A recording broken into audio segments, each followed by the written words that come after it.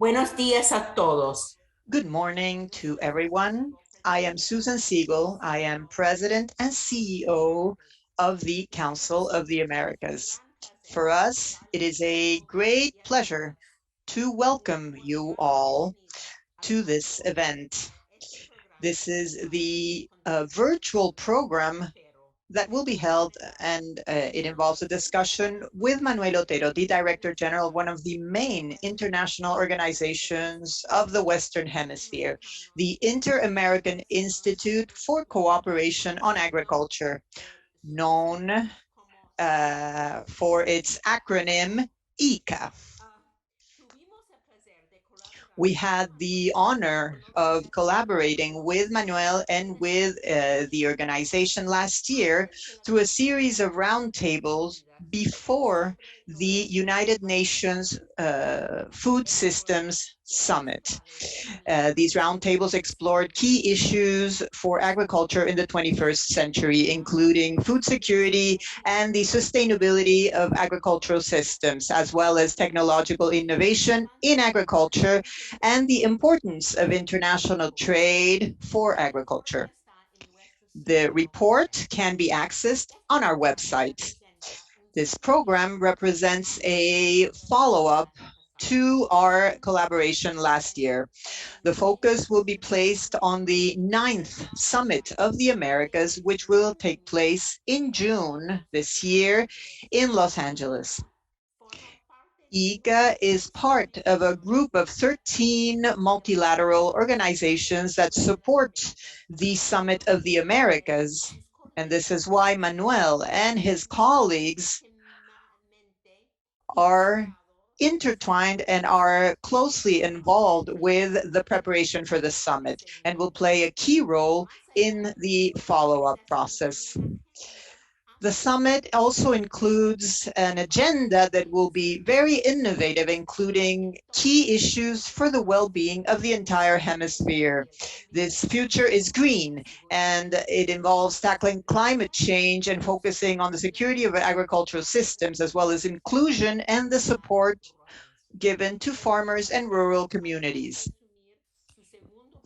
Dr. Otero has just been re-elected as Director General of IICA and has worked closely with the Institute since 1988. His entire biography can also be accessed on our website. This is why I will only mention that the summit, that the United Nations Food Systems Summit of last year named him a member of the Champions Network of the food systems that involved multiple stakeholders. This was in representation of the agricultural and rural sectors of North America, Latin America, and the Caribbean. He did an excellent job representing the interests of the Western Hemisphere in the summit and placed the interests of farmers in the center of the dialogues. Manuel will be sharing with us some insights and thoughts, and later we will have a conversation with him so that the audience can send questions through the chat function. Please send a question and identify yourselves with your name, your organization, and we will do our best to include your question and answer it. I even have a question to ask him about the impact of what is happening in Ukraine. Thank you very much, Manuel, for being with us. And the agricultural agenda of the hemisphere, of course, is part of this program. You have the floor. Thank you very much. Good morning to everyone. Thank you very much, Susan, for your kind invitation to participate in these dialogues of the Council of the Americas. I congratulate you for your Spanish, really excellent Spanish. And also thank you for this alliance, because this alliance has produced many interesting outcomes. And I am confident that in 2022, we will continue to work together, always with a view to strengthening policies aimed at promoting a sustainable development. It is an honor to be engaging in dialogue with you today because I am confident that these topics are relevant not only for the Americas, but for the entire world. Before I start my presentation, I would like to express my despair at what is happening in Ukraine, especially because of the loss of lives and also because the situation that we are observing is taking us back in time, back to a time that I thought was over. And so I think that what we are experiencing in these last few days does not only affect the Ukraine, but also affects the security, the food security of the entire planet. Once again, democratic stability is at risk, economic stability is at risk, and peace is at risk in other regions of the world. Difficulties in trade, as well as the increase in the price of grains and of fertilizers, are already being observed and affecting the price of food. So I truly hope that we are able to react in time and avoid the social consequences that, for example, were triggered in the last crisis of 2008. Of course, I will go back to this topic when you ask me your question, Susan. But as an introduction, I would like to say that the situation in Eastern Europe is only another element in the crisis that we have been facing in the region, associated with historical socioeconomic challenges facing our continent and our hemisphere. And to this, we must add the impact of COVID, which took us back 10 years in terms of economic growth, in terms of fighting poverty. The impact of the health crisis that we are only now starting to recover from has been enormous. And even if our continent has 8% of the worldwide population, we have been impacted by 30% of the deaths associated to the pandemic. I would like to acknowledge the efforts made by our governments, but the truth is that in the region, the GDP dropped by 8% in 2020.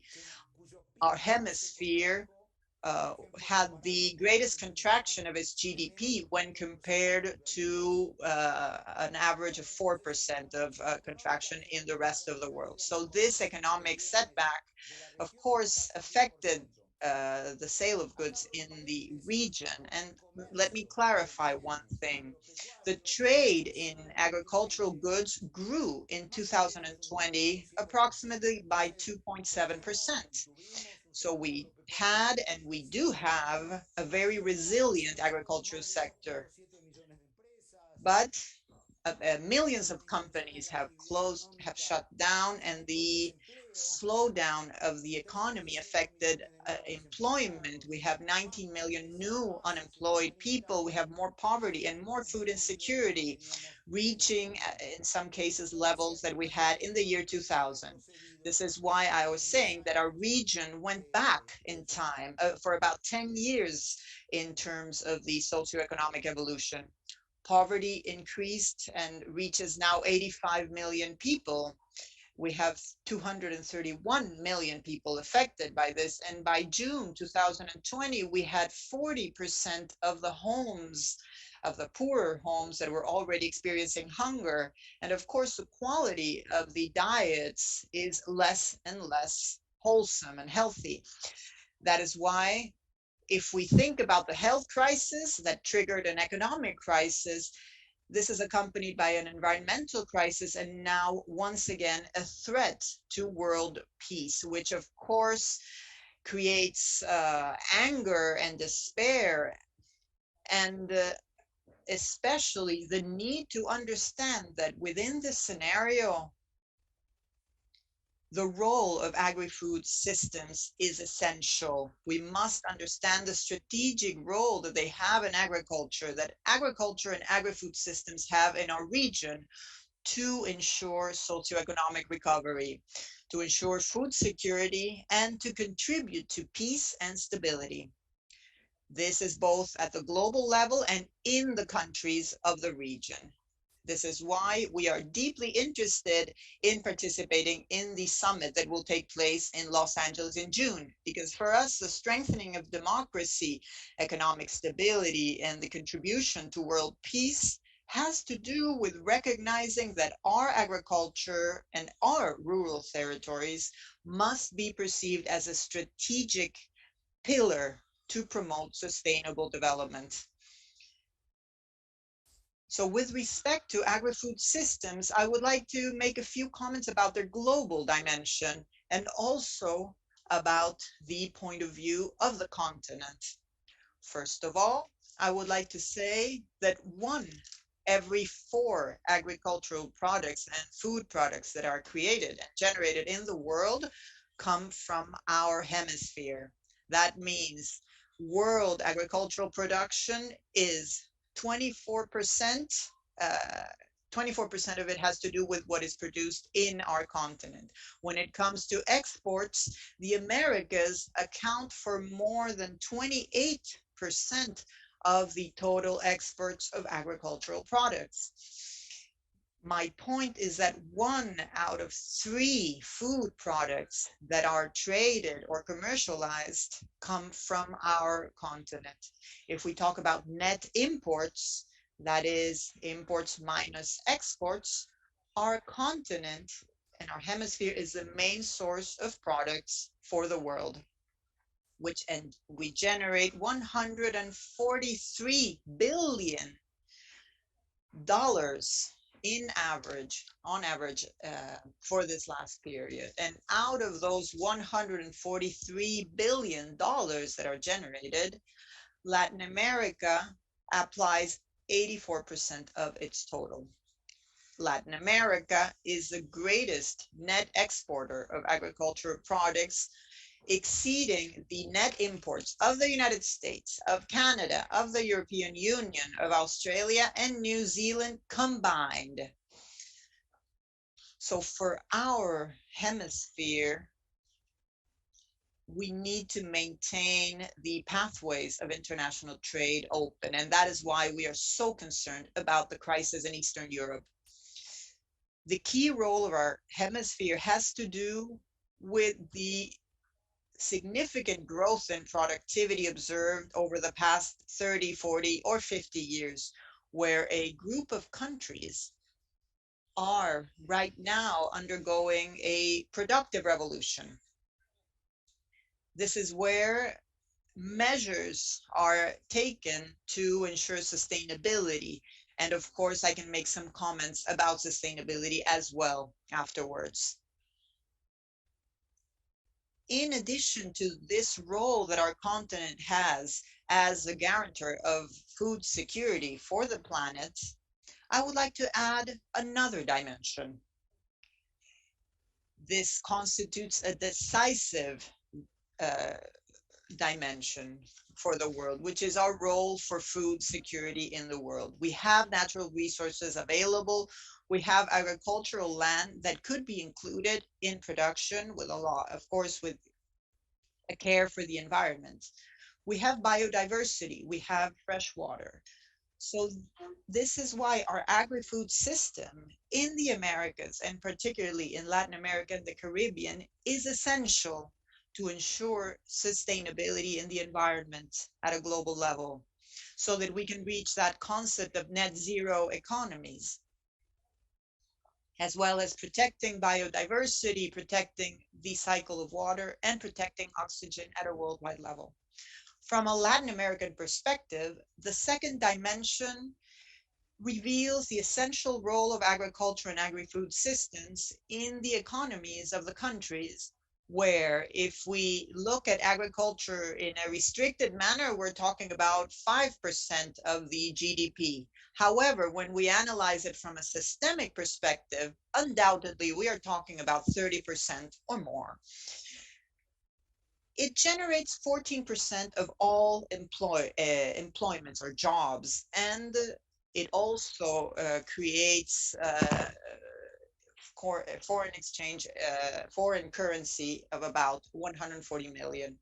So these numbers, of course, have some problems associated, some challenges associated that persist in rural areas of countries that are not so developed. For example, the North Triangle that it mostly includes Guatemala, Honduras, and El Salvador, we have certain problems associated with poverty, exclusion, and food insecurity, which sooner or later will become problems of migration. And these migration movements create problems in urban centers, create problems at the borders.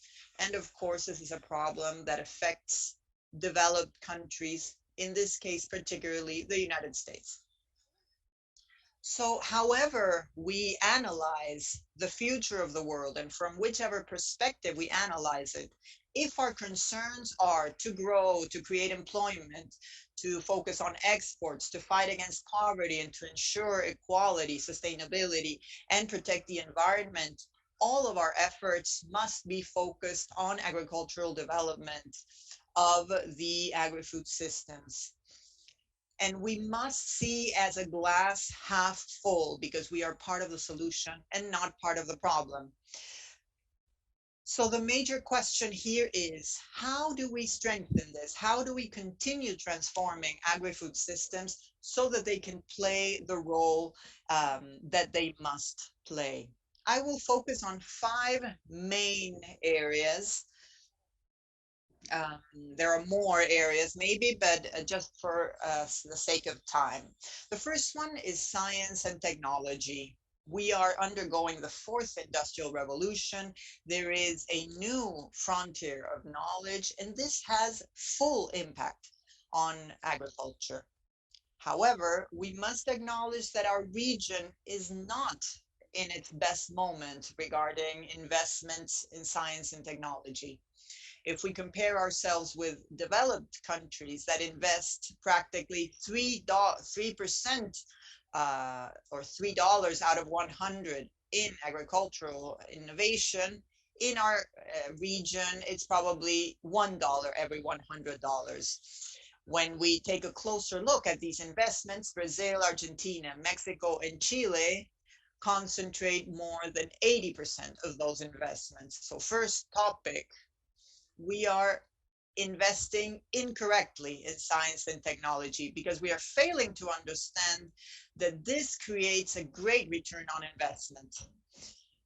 Furthermore, investments in a way reflect ideas of the past because they are agendas that of course must focus on productivity, but they need to include the dimension of sustainability. They need to include issues of digital agriculture and must reflect the great opportunities offered by biotechnology and particularly the topics involving gene editing. So we need to invest more in science and technology. We need to create more public-private alliances and partnerships, and we must define and focus on these partnerships. When we talk about science and technology, we have the topic of bioeconomy. Bioeconomy is part of the process in Europe, and the United States is starting to pay attention to this as well, indicating a commitment to issues regarding bioeconomy. In our region, we have great biological diversity. We have 8 of the 15 more mega diverse countries in the world. 28% of our land has potential to expand the arable surface. 35% of the reservoirs of water in the world. However, this biological diversity is not well known and therefore not fully profited from. So thanks to bioeconomy, we should be in a position to increase the efficiency and the environmental sustainability of agriculture. Bioeconomy, I insist, constitutes a bridge to associate production with the environment, because at the same time, bioeconomy should help us reduce food waste. Food waste today reaches 127 million tons per year. Just imagine that huge volume of food that is wasted. Let's imagine how things would be if we fully and we made better use of this food, and if we used it to feed the most vulnerable sectors of the population. Finally, an essential topic for bioeconomy is the use of residual biomass. Let me just mention a few examples. 70% of milk production and of traditional production systems are wasted. 80% of the coffee grain or coffee bean, 70% of the sugar cane. Bioeconomy can and must use that residual biomass, which, if unused, becomes greenhouse gases that are released into the environment. The third topic is the issue of trade. I have already underscored the importance of this topic. I said before that 28% of our production is exported to international context. So we must have a very attentive attitude to maintain the fluidity of international trade, avoiding restrictions, promoting the harmonization of and implementing health measures and phytosanitary measures as well, promoting trade, the reactivation of trade, and always paying close attention to issues that may create non-tariff barriers, which may have to do with food safety or the environment. I would like to mention, in the fourth place, environmental sustainability and climate change. The agri-food system of the Americas, especially in Latin America and the Caribbean, is essential for the sustainability of the environment of the entire world.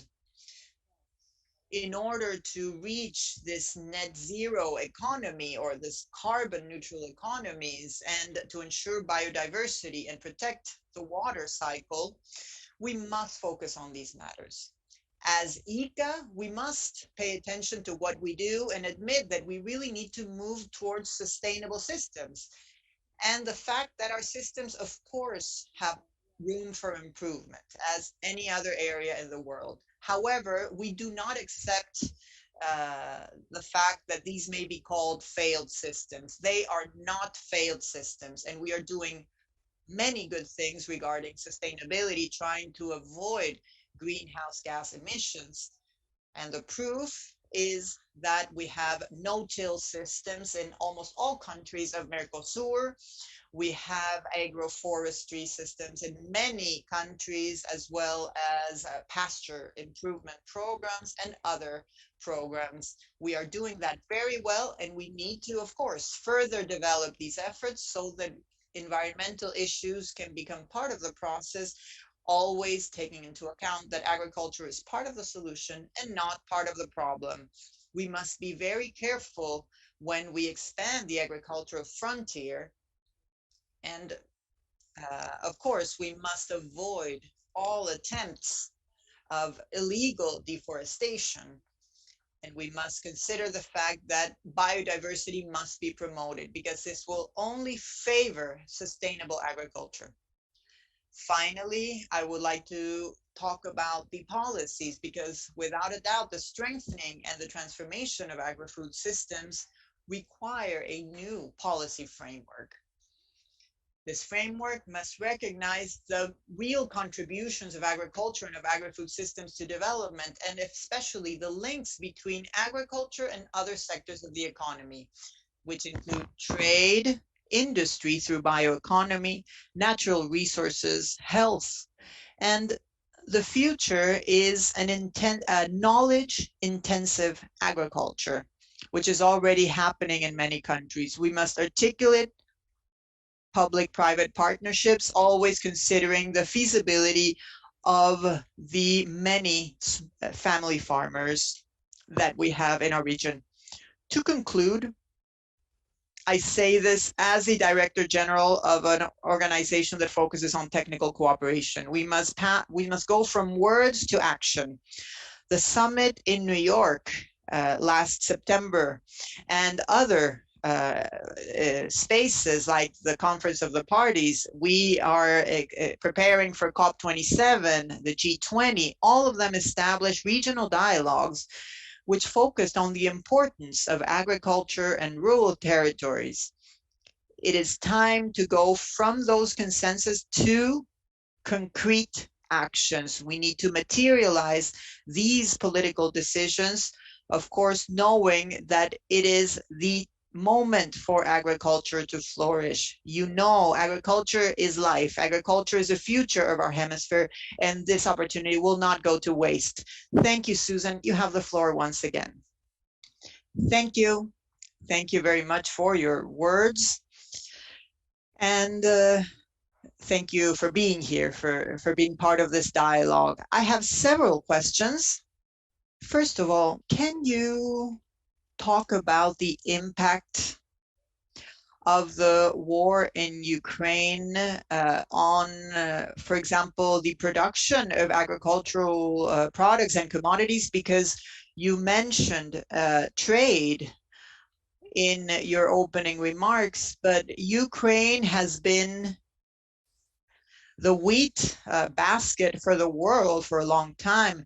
Will this have an impact on the amounts and the prices that we see in the market? And could this be an opportunity?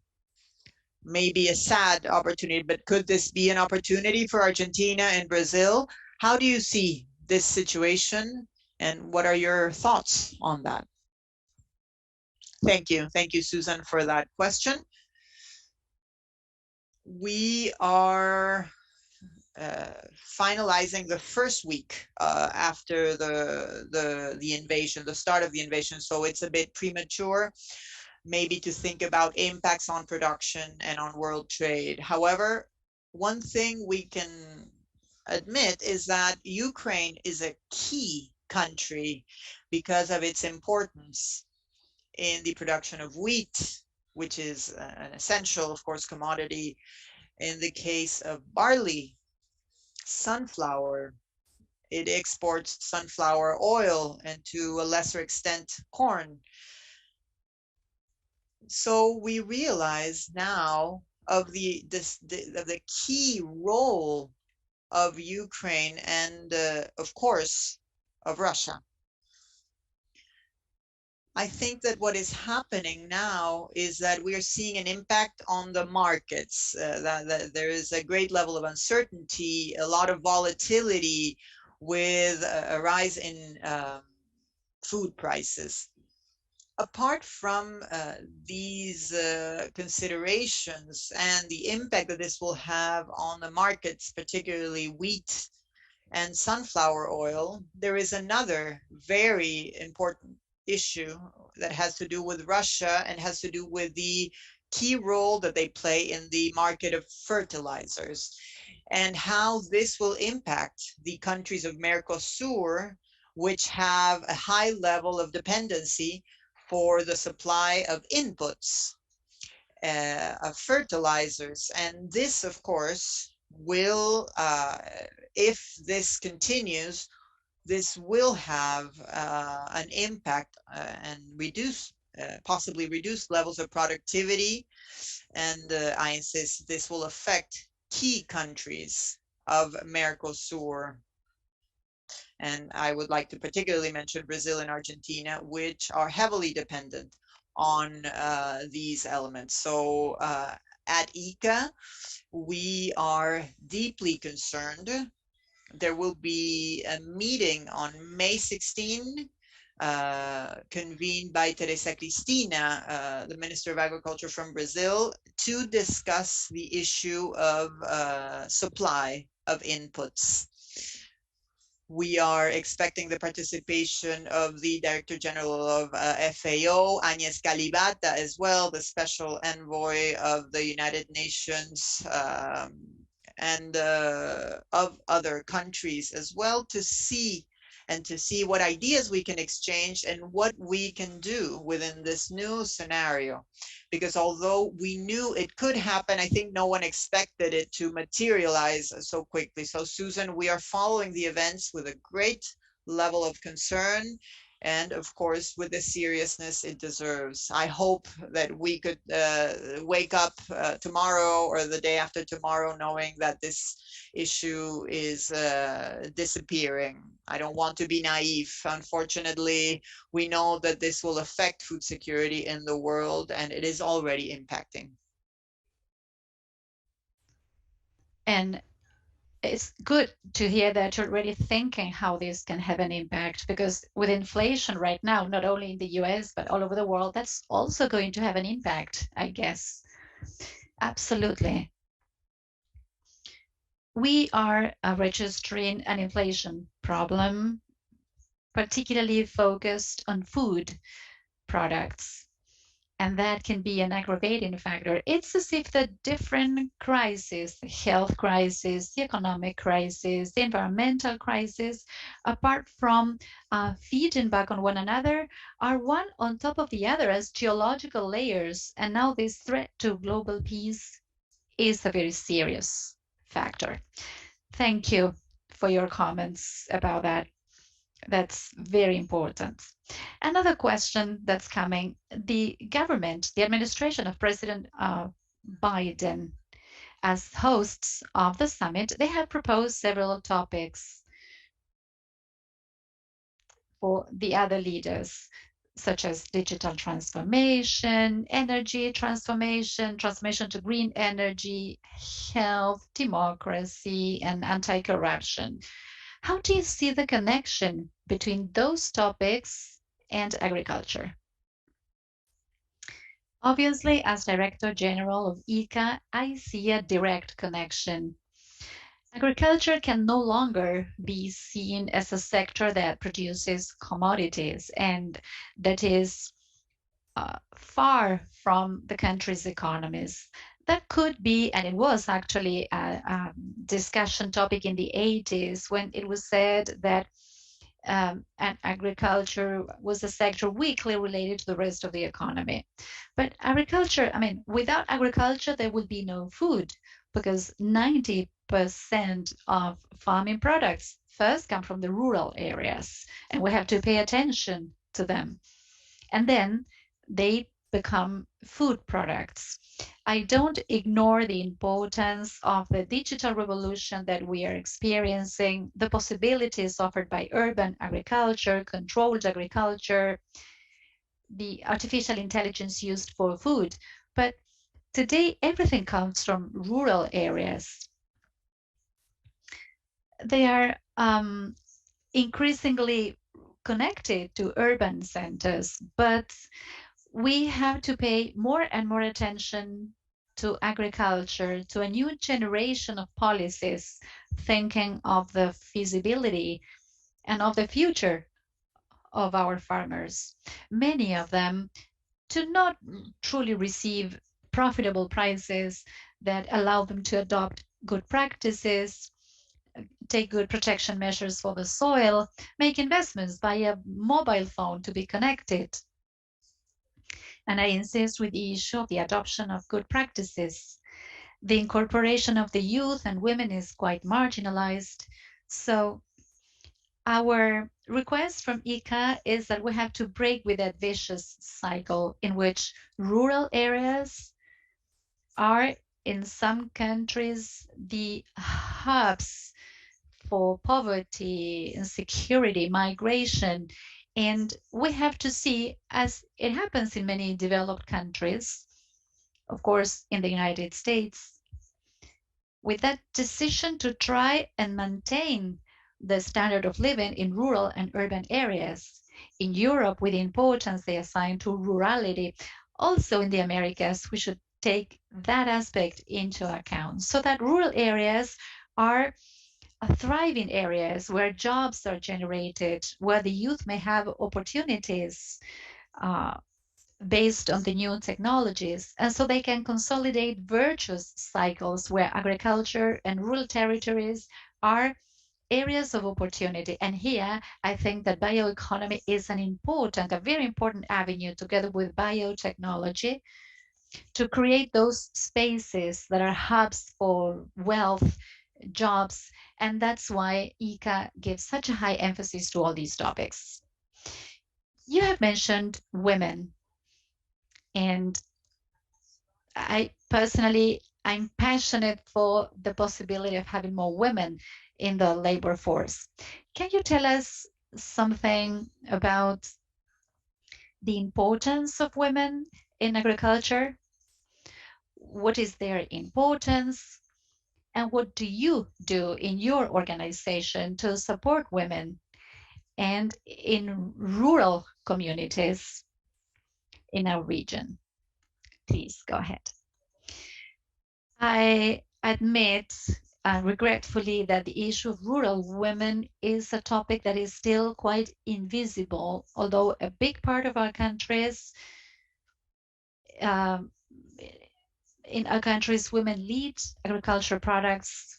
They are the heads of their families. They are better trained than women because since they have more willpower, they have also more years of education at school.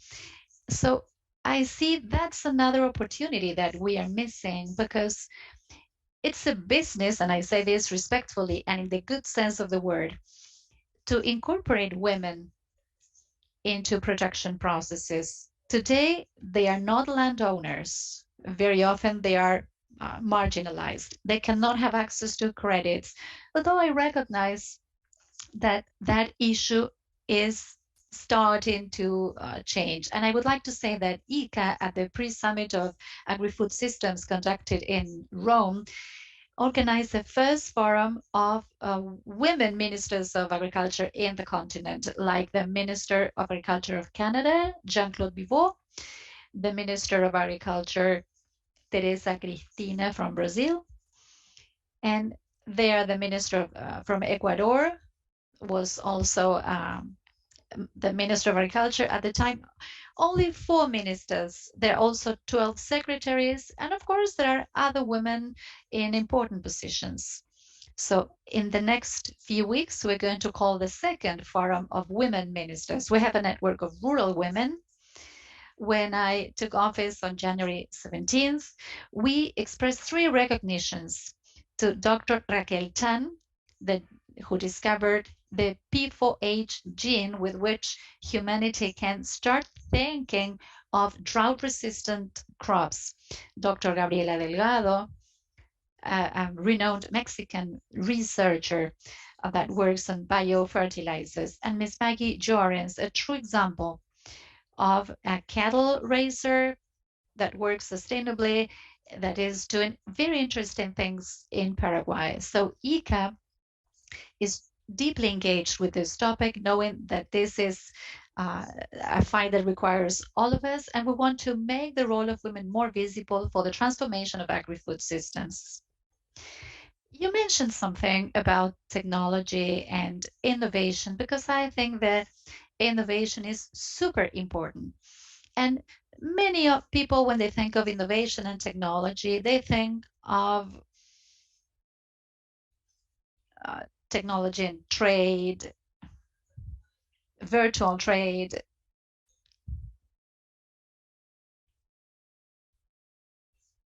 They think of the social media, etc. But Latin America has an advantage in the biotechnology sector connected to agriculture because it's very competitive in the agricultural sector. Can you tell us about what you see in this sector in biotechnology connected to agriculture? Sure. Thank you so much for that question. First of all, I would like to say that there are 3 essential actors for the transformation of agri-food systems. First, farmers themselves. And that's why we have to defend them so much. Second, researchers that give life to the national science and technology systems. And third, the entrepreneurs. The entrepreneurs, because they are the ones that have to capitalize all those opportunities that come out of research, of science, of innovation, and then transform that into opportunities and business. And that is where the issue of biotechnology comes to play. In my opinion, the countries in the continent are, well, very mature in biotechnology. For instance, in my country, in Argentina, there's a national commission on biotechnology and biosafety that's called CONAVIA, but also Brazil, Uruguay, in general, the countries in Mercosur. And I see in Central America also that they are very open to move forward in the area of biotechnology. So I see that the continent is increasingly mature, more open to these areas. And I would like to connect biotechnology to genomic edition. And I think that genomic editing is a huge opportunity to respond to many of the problems that are affecting rural and agricultural development. For instance, banana plant, one of the main crops globally, that responds to fight fusarium, that is a fungus that destroys crops basically. Well, that's genomic editing. As I said before, the in the case of wheat, for instance, we were just mentioning wheat in Ukraine and in the rest of the world, the BH4 gene. That's thanks to genome editing. There are many examples where biotechnology and all their derivations may be one of the responses in order to face the challenges of global agriculture. And the other thing is digital agriculture. We are experiencing a revolution. This little device, the mobile phones, this is what can explain the democratization in the access to knowledge. I know that some rural areas are quite isolated, but obviously with good prices, farmers would be interested in moving to some community centers where perhaps they can be more connected and know what the best practices are, the best dates for the planting, and the best alternatives to face water scarcity. So biotechnology, and here I do not want to forget digital agriculture, where we have an alliance with an NGO led by Dr. Michael Kremer called Precision Agriculture Development, where we are starting to execute some projects in the northeast of Brazil, in Colombia, and that's why I'm so enthusiastic and I'm so convinced that biotechnology and digital agriculture are two very important avenues for the transformation of agriculture. And we are seeing many entrepreneurs in the area of technology, new ideas, etc. Do you see the same in the agriculture sector, in your opinion? Yes. Once again, this new generation of entrepreneurs perhaps is more concentrated in some countries like Brazil, Argentina, of course, the United States. They have such a large number of entrepreneurs. It requires ecosystems, good policies, good regulations that create favorable environments for the development of entrepreneurs. I've just signed a few hours ago, actually, an agreement with Pegasus. It's a venture capital because we think that technical cooperation has to bring together different actors and particularly the new sources of funding. In May, we will be inviting you all because we are going to launch the mission of digital agriculture in action, recognizing those entrepreneurs that work so hard for the transformation of agri-food systems. We have a network of agri-tech because we think that that is one of the ways where we can move forward, and we have to move forward a lot. Thank you. I agree. I think that's very important because that's the new Latin America that is so important. A lot is said in Washington about a growing competition with China. Do you see that? I mean, do you see China in the agricultural sector? China is mainly a food importer that has experienced this phenomenon of massive urbanization, that has had and still has very serious problems with their water basins, their natural resources. So for a continent that export 1 out of 3 food items they produce, China is for us a great importer. We should see that from that perspective, and with the expectation that the basis for international trade will remain open.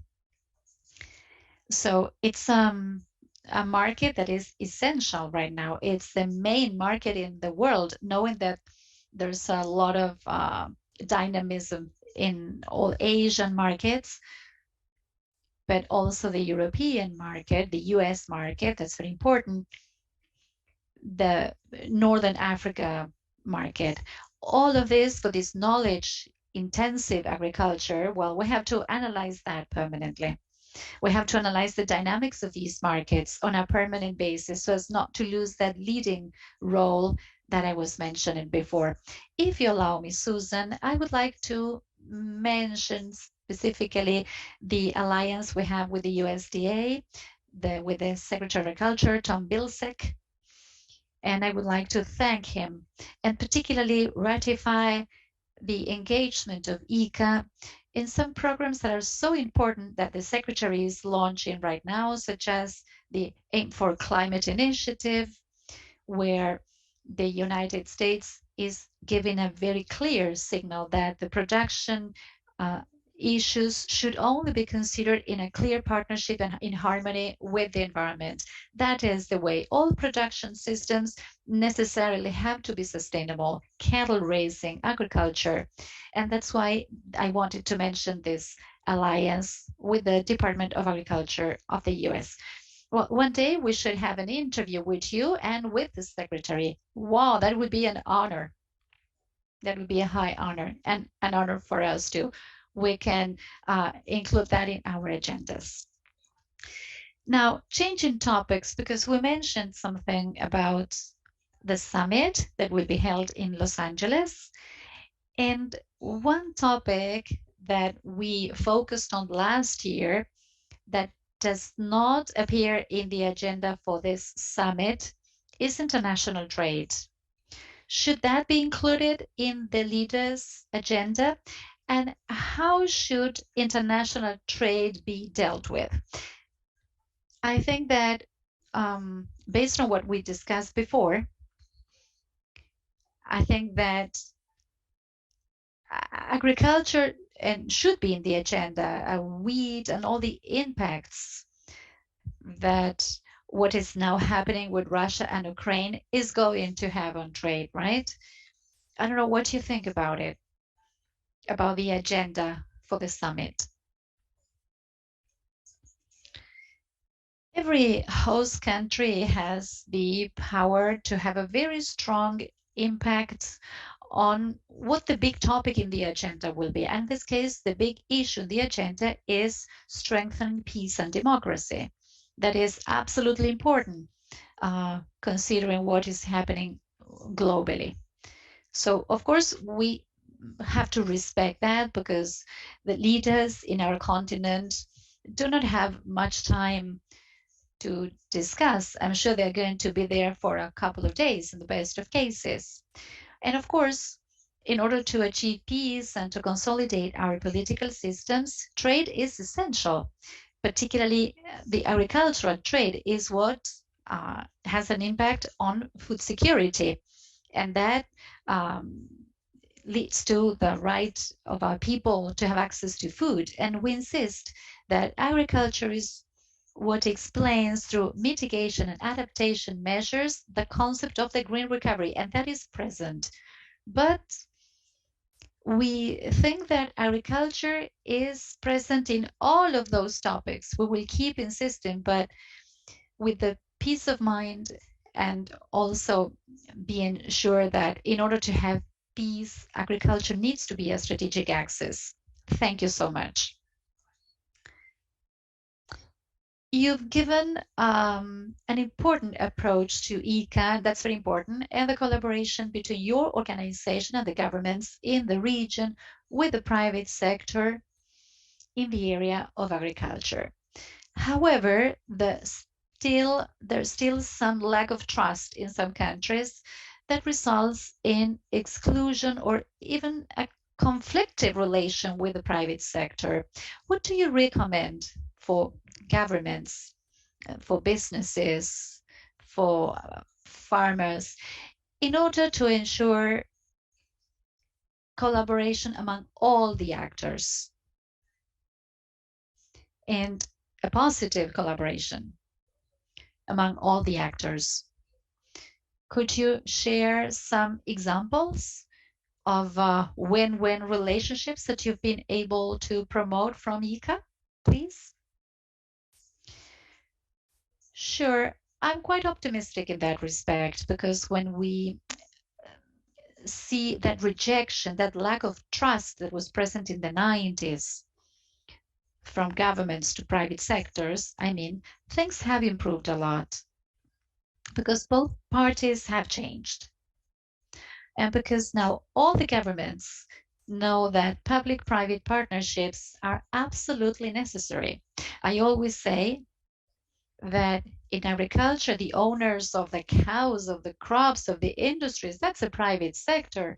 And what the government should do is to design a framework of policy so that those private actors can operate with certain peace of mind and with a midterm vision. So this is key, because besides, the private sector is showing that they have civic responsibility, that they care for those topics that affect society. So I think there's a process that is bringing them closer together, and this will continue in the future. IICA defines itself as an institution that promotes collective action. And when we say collective action, it's not just bringing governments together, all the ministries of agriculture, it's also the private sector, NGOs, and very especially, well, everything that has to do with centers of excellence. So what we're doing is we have a program on live soils in order to try to stop the issues on the soil. And there we have companies like Bayer, Syngenta, PepsiCo, just to mention a few examples. In our headquarters that I hope you, Susan, can visit very soon, we have a beautiful thing that is called Center of Interpretation for the Future of Agriculture. And there it's the private sector, Bayer, that has an exhibit there on virtual reality. It's Microsoft that also has an exhibit there on the certification. So it's, well, also the governments like the European Union that also has an exhibit on a geo-reference system that's called Copernicus. So all together, we have to understand that we have a common cause, that is the cause of strengthening agri-food systems. And IICA is offering, for some governments that are still reluctant, to bring the parties together to promote dialogue, knowing that there are many things in common and many challenges that bring us together. Thank you. Another question that we have here about water. Water is essential for agriculture. And also, speaking of the environment, water is a problem. It's a challenge in the short, mid, and long term. Can you give us some comments? That's also part of the green agenda, etc. But can you tell us something about the importance, and not the importance because we all know it's important, but how do you see the situation today? Well, I see it with great concern. The countries in Mercosur this year have suffered and are suffering an important water shortage, a water deficit. The wildfires that have happened in the country, in the northeastern side of the country, particularly a province called Corrientes, the impacts on production, on the agricultural production, not only in Argentina, but also in Paraguay and Brazil. But since we have the Deputy Director General here, last year he was telling me he was very worried about the wildfires in the state of California. Water is not an endless resource. There's a trend to gradual water deficits. So every research is welcome, such as, for instance, what I mentioned before about that gene that explains the possibility of producing in environments that don't have so much water. In the first week of April, we are going to receive a delegation from the University of New Mexico State University. We are receiving the chancellor and high authorities from that university to discuss this topic and combine efforts. We also have ties with Nebraska. I mean, the thing is, well, this requires research and this requires entrepreneurs as well. They are the ones who should develop apps and promote good practices that will make it possible to produce in fragile environments where there's water scarcity. But I trust science and technical cooperation to face this problem. We are almost finishing our time assigned. We only have 4 minutes left. So I would like to offer you the word again for any conclusions you would like to share. And one day I would love to visit your headquarters. Well, first and foremost, thank you for the opportunity. Second, of course, you're officially invited to visit and for you to see that there is an organization that is willing to change, that is willing to transform, to provide a better service to our countries, because this is the moment of the agricultural transformation. IICA is funded with the resources from countries, and I value and I deeply appreciate this because we try to make a very responsible and careful use of those resources that are transferred by the countries to turn those into programs and projects that will allow us to contribute to having better policies. Always under 3 principles. First, farmers as at the core of all our efforts so that the rural areas are again areas of prosperity and generation of opportunities. Second, science, innovation, they are essential to capitalize on the opportunities of the new frontiers of knowledge. And third, seeing agriculture as part of the solution for the new challenges in the areas of mitigation and adaptation to climate change. I hope that all this nightmare we are experiencing in Ukraine, in Eastern Europe, well, that somehow leaders, global leaders, will find a solution to resume the good work, and so that the agriculture and the economy is a guarantee of the world's environmental sustainability. So thank you for the opportunity, and we will be strengthening our partnership. Thank you so much, Manuel. This has been a very interesting session, and I hope that leaders consider your recommendations. I would like to thank you for your time today, and also to all the members of the Council of the Americas that have participated today with the other participants. I wish you all a great weekend, and I hope to see you again at the Council of the Americas. Manuel, we are so happy to work with you. Dear Jorge Wertheim, thank you so much for your introduction to Manuel and IICA, and I hope we can continue working together. Thank you so much. Thank you, Steve, Guillermo. Thank you all for having organized this program.